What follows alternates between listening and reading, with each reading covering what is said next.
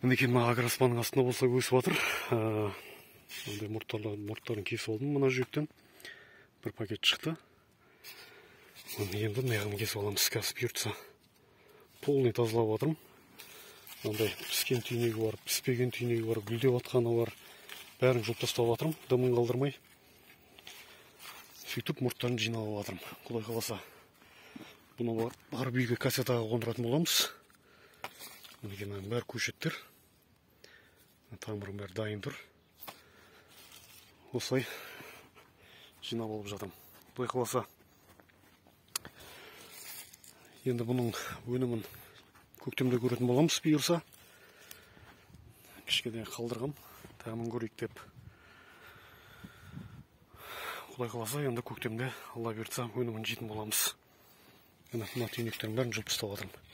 Піскендерін үйге әкетім, піспегендерін бәрін лақтырып тастаймыз. Енді ұйықтату керек бұны. Демалдыру керек. Бұйырса көктемде өнімін алатын боламыз, Алла бұйыртса. Міне бір түптің өзіне мысалына бір түп 3 көшет шығып тұр мынада қазір. Мінекей осындай игілік жерлеріңізді осылай қолдансаңыздар болады игіліктеріңізге. Мына егіп тастаңыздар, огурцы, помидор егіңіздер, болгарский, баклажан деген сияқты егіп артылғандарын сатасыздар өздеріңізден.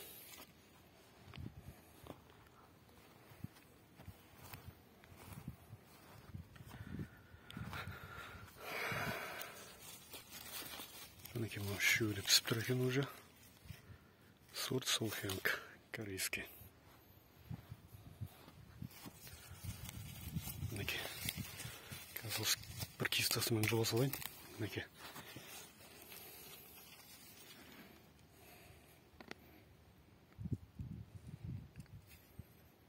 Осылай гүлдерін бәрін жұлып тастап жатырмын, түйнектерін бәрін.